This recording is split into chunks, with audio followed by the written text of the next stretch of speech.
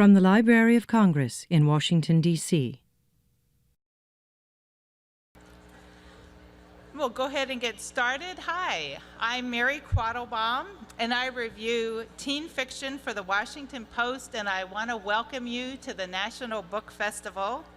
The Washington Post is a charter sponsor of the festival and has been an enthusiastic sponsor for the past 15 years.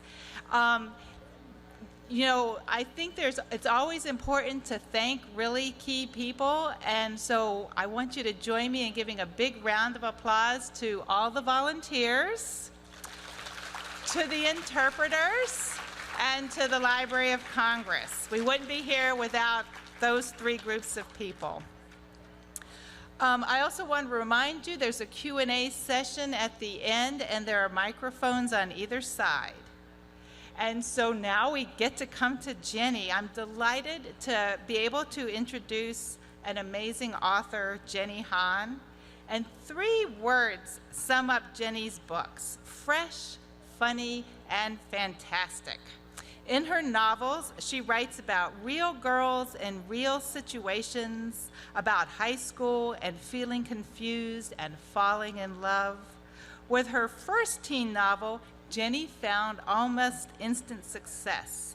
The Summer I Turned Pretty and its companion books became bestsellers, connecting with teens across the country.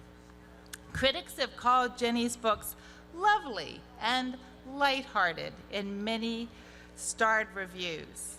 Well, last year, Jenny hit the bestseller list again with To All the Boys I've Loved Before.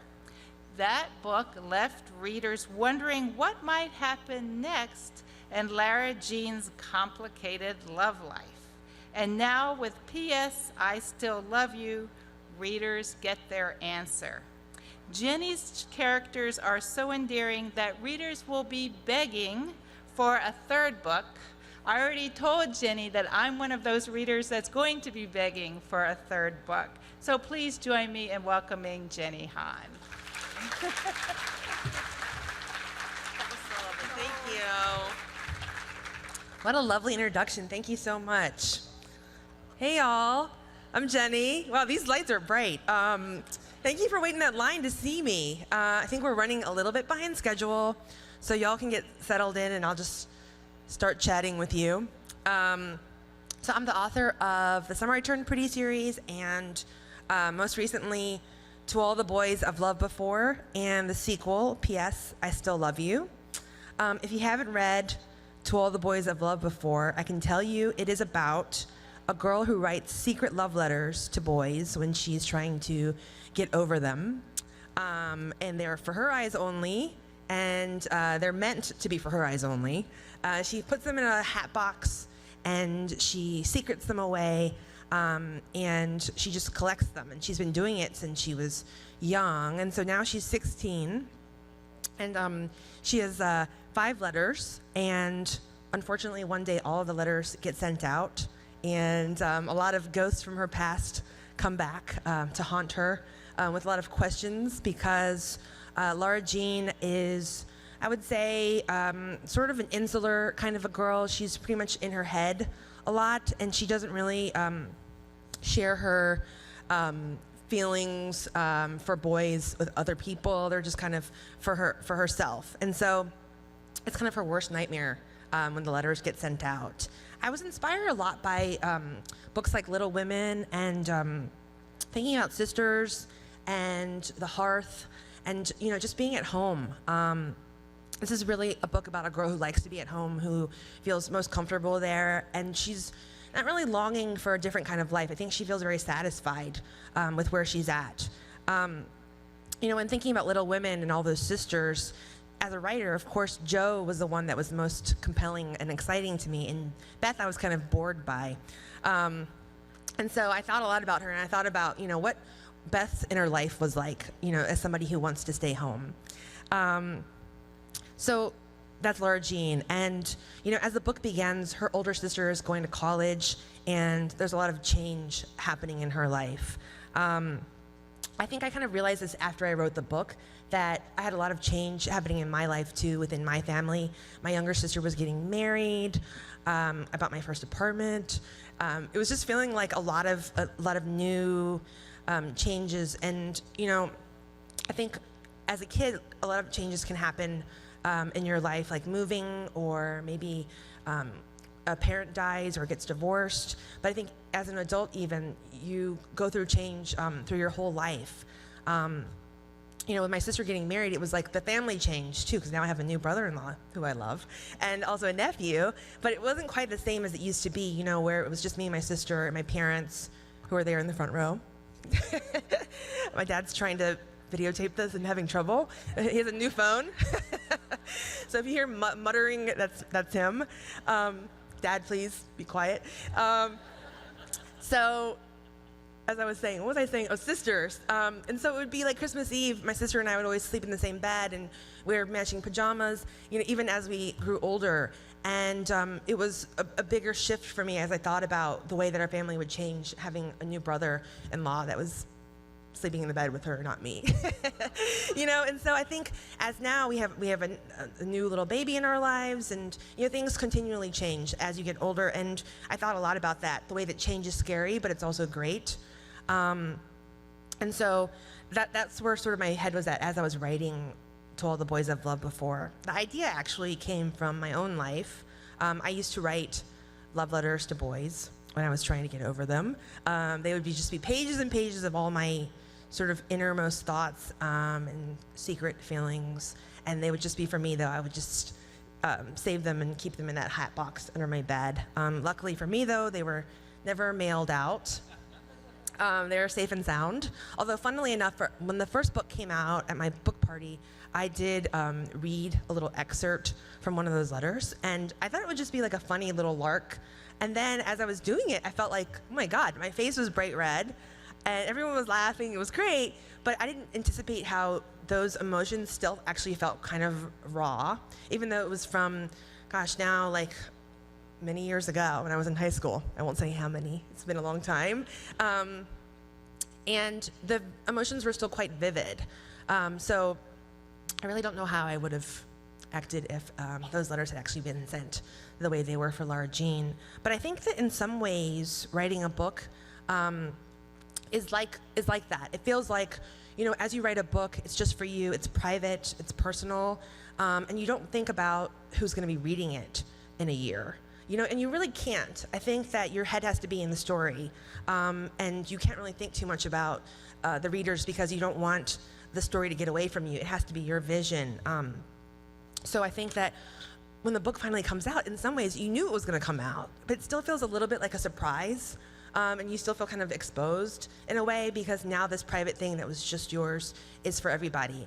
And so, I think that can feel kind of like a vulnerable place to be, especially now that we have social media and Twitter and Goodreads, and writing a series the way I've now written three different series. And when you're in the middle of a series, let's say you're working on the last book or the second book, and the first one has already come out, and then you're seeing people's responses, it can it can be kind of a stressful situation, because you really do want to stay in your head and be very true to the story that you want to tell as an author.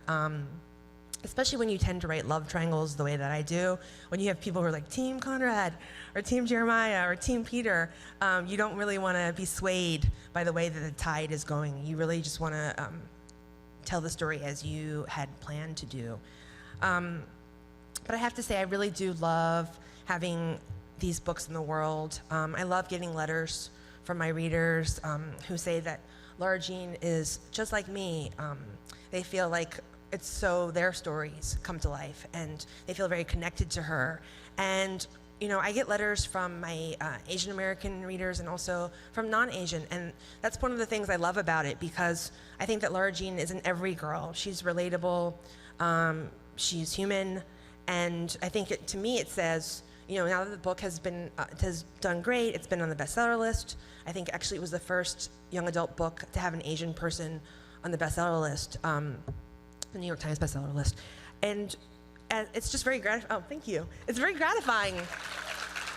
It feels very affirming to me as a writer and also a person of color to see that, because it says that people want to read books about all kinds of people, and that you don't have to look just one certain way to be an every girl, but anybody can be an every girl. And I think that's, for me, if anything, that's the message that I would love for people to get, because I think oftentimes you don't think that's possible.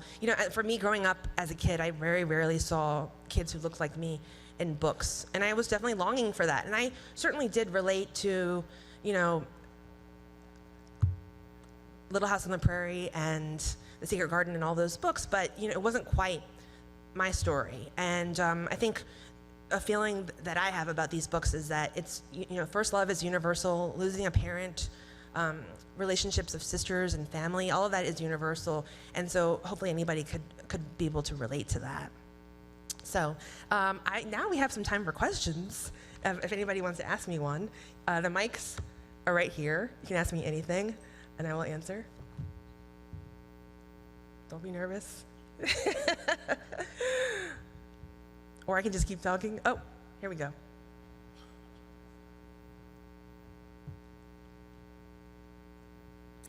Hi, my daughter and I love your books. Thank you so much. So we really like Lara Jean. Have you ever thought of doing like prequels? I mean, I miss their mom. It's like, how did mom shape them? I think. Well, so if you ever read the book, the mom has passed away as the book begins. I don't think I'm going to do a prequel. I think I felt pretty good about where the story left off. I keep telling my readers that I think of the book as like two halves of a heart. It really felt like part one and part two, and it felt very closed to me, but I always say never. There's one character, actually, people ask for a book about Kitty, who's the youngest sister, and then people have also asked me about Stormy, who is a woman who lives in a retirement home, who's had a very colorful life, and that to me actually would be exciting as a writer to write, to see her growing up and all her love adventures. But for now, I'm working on something new, so I've kind of closed that chapter for now. Thank you. Me and my mother are trying to write a book. Do you have any, suggestions for us? I would say to be patient with each other. And so my best friend and I wrote a series called Burn for Burn together. We wrote 3 books. And we were kind of, usually when there's author collaborations, people will I do a chapter, then you do a chapter. But for Siobhan and I, we kind of were almost like sitting in each other's laps, writing it together. So we planned the whole thing together and all the characters and stuff. So we touched the whole thing. I guess my advice would be to say, yes, patience, but also to have many drafts. I think especially when it's 2 different people coming together to write one story, you want to make sure that it feels like it's just from one storyteller's voice, that the 2 of you combined are one storyteller. So making sure that feels that way as a reader. Where do you get inspiration for your characters? Because I've read The Summer I Turned Pretty, Burn for Burn, and your characters, honestly, they're my life because they're so human and 3-dimensional and flawed, and that's just so beautiful to me. So where do you get inspiration for them? Thank you so much. I get my inspiration everywhere, honestly. I mean, I usually start with characters first, and the story doesn't come until later. I will say I'm very inspired by my sister and our relationship. So usually you'll find some sort of a sister relationship in one of my books. But all of the characters feel uniquely themselves to me. And I would say I feel constantly inspired.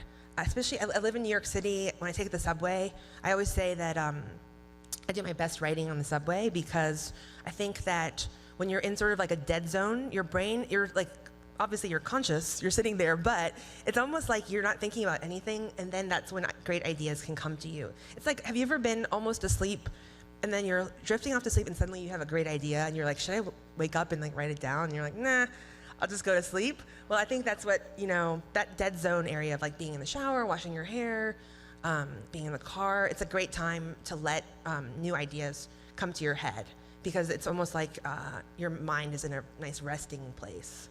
So that happens for me a lot. Thank you. Thank you. Do you think if you were in like the same situation as Lara Jean was in, where all your secrets are out, or like in the beginning of P.S. I Still Love You, that kind of thing, do you think you would act the same as she did, or would you do things differently? Do you think she handled it well? I think she handled it pretty well. I might have like quit school. No, I would keep going to school, but I mean, it would be very hard, I think. To feel, especially for someone as shy as she is, to feel exposed in that way, it's always hard. I think, so I don't know how I would act, but I think that she probably reacted better than I would have. So what is your writing process like? Great question. My writing process is, I think of it like dessert first. I don't write in order. I kind of write whatever I feel inspired to write that day. And for me, writing is always hard. People always ask about writer's block. I don't have writer's block. Writer's block is just like the way of my life. It's always hard, no matter what. And so it's always gonna feel like drawing blood. That's how it feels when I sit down. And it's like whatever tricks I can come up with to write the story is what I will do. And so if I feel very excited to write a scene that takes place 3/4 into the book, then that's what I'm gonna do. And I never plan the books beforehand either. So kind of take it as it goes, and I don't usually know what the book is about or what's gonna happen or what the big story arc is until I'm almost done. And then I go back and figure out where everything goes. And I think of it kind of like sewing a quilt, you know, when you have all these pieces and then you're putting them together and moving pieces around and just seeing the way it fits. So that's my process, is dessert first. Do the fun stuff first, because when you've done some fun stuff, then you have a nice big chunk of words, and it's almost like you did a bunch of work. You have almost a book. Not quite, but you have enough to get going to feel like it doesn't feel like you have a mountain ahead of you, but you're kind of halfway there. Thank you. Thank you.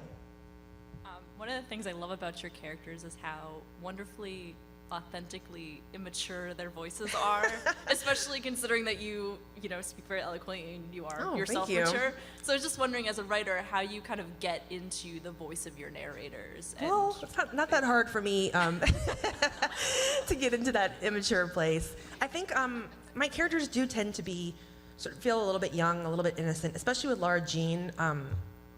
I think that she is a very young 16, and I think that's kind of how I was when I was that age. You know, I really wasn't the girl that was going out on Saturday nights, you know, to parties and having a bunch of boyfriends. My parents were very strict.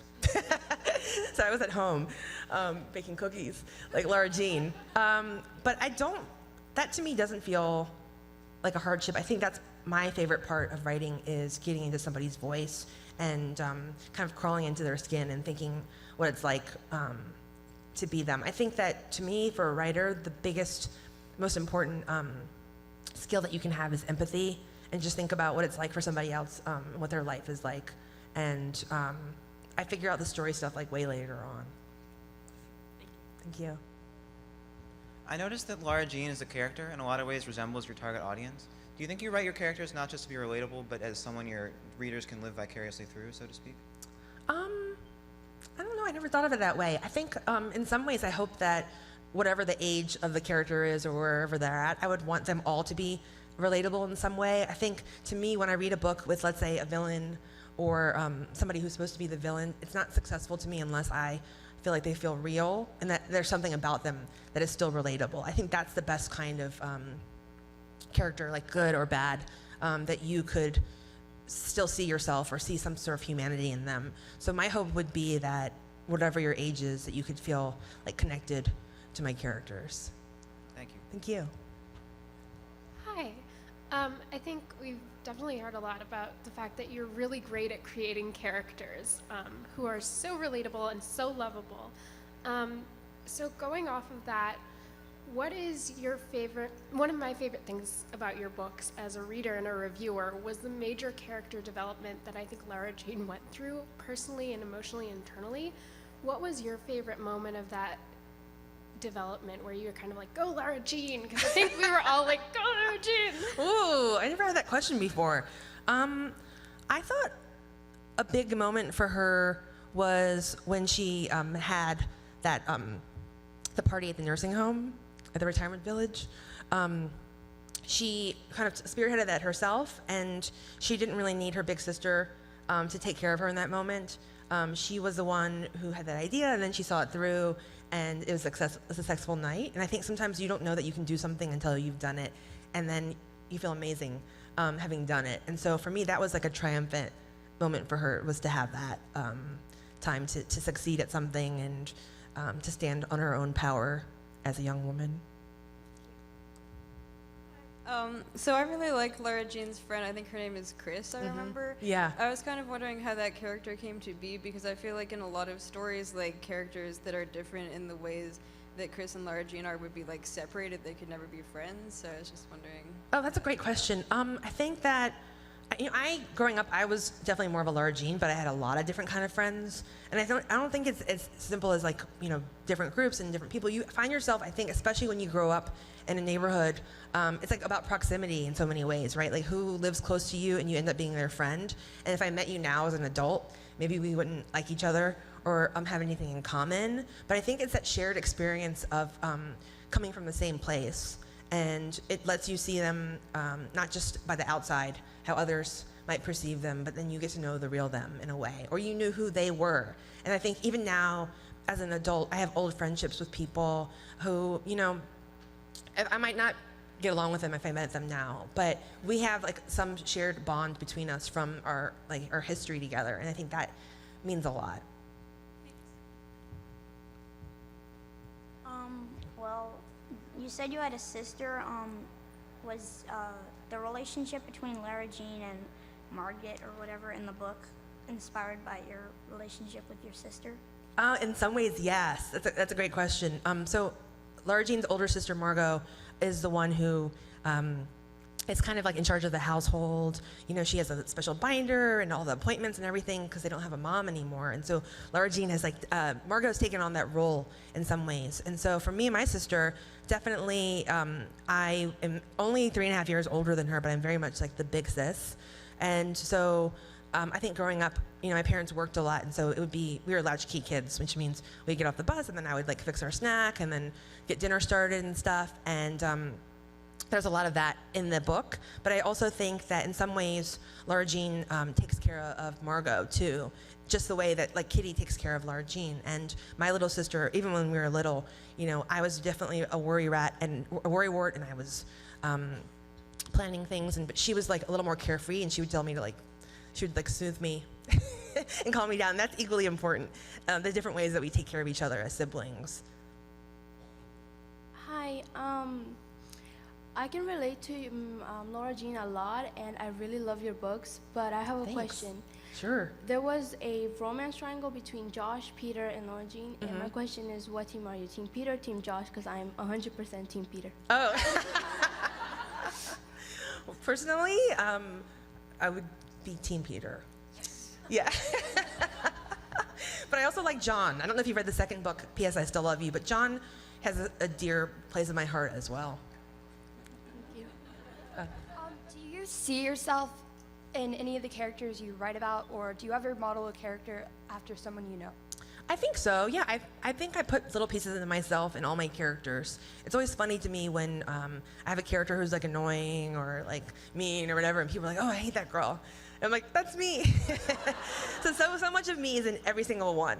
I think for me, when people ask advice for young people, for young writers, I would say the best piece of advice that I can give is, whenever you have any kind of hard moments in your life, to really just let yourself be fully present in that moment and feel all the emotions that you need to feel, because later on you will draw back on those moments and be able to use them for your writing. And I'm always squeezing out all those bad things and putting them into the books, and I think that's the greatest privilege of being a writer, is that you could take something painful and hopefully turn it into art. So yes, and I do.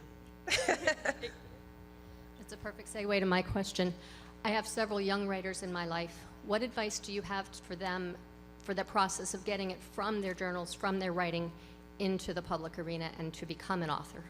I think it's practicing. I think it's doing many drafts, and I think a lot of times I think these days there's a feeling of whatever a kid does, they should get like a pat in the back. And I think not everything you do is going to be amazing, especially not the first time. It takes time, it takes hard work. And with that expectation of I'm going to knock it out of the park on my first try, it just doesn't really exist. And I think that the other thing I would say to young kids is that, you know, no one's under any obligation to read your stories except your mom, right? And it has to be as good as something that an adult wrote. It's just a story is a story. It needs to stand on its own. And so to really take your time to make it special and uniquely from you, because that's what makes any story special. People can write the same story, but it's all about the voice that it comes from. Where do they reach out, though, to find a publisher, if they feel like they're to that point? If they do, then I think the first step would be getting an agent, and then they could submit for them. But I would say to them, you know, don't be in a rush, because you really get that chance to make your first impression. And maybe when you were 14, that wasn't your best impression. You know what I mean? So maybe it was. I don't know. Maybe Christopher Paolini's was. Like, you know, there's 14-year-old authors out there. I don't want to discourage that, but I will say you have all the time in the world to hone your voice and to get there. And so you don't want to use all your bullets before you're ready for that moment. I think I have time for one more question. Sorry. Hi. Hi. I'm Allie. Hi, Allie. You told me at Politics and Prose that Jar Island was based off of Martha's Vineyard. Yes. Well, so my question is about Kat, Lilia, and Mary. Mm-hmm. Which part of yourself do you see in, I would say, Kat? Oh. Okay. Well, I think Kat likes to laugh a lot, and I do too, and she likes to have a good time. And I would say that would feel the most. My favorite parts of writing Kat were when she got to be funny. So that was my favorite part of that character, is her sense of humor. Thank you. Thank you. Okay, I'm wrapping up. I'm over my allotted time. Thank you guys so much for coming. This is a pleasure. I'm signing at 2:30. This has been a presentation of the Library of Congress. Visit us at loc.gov.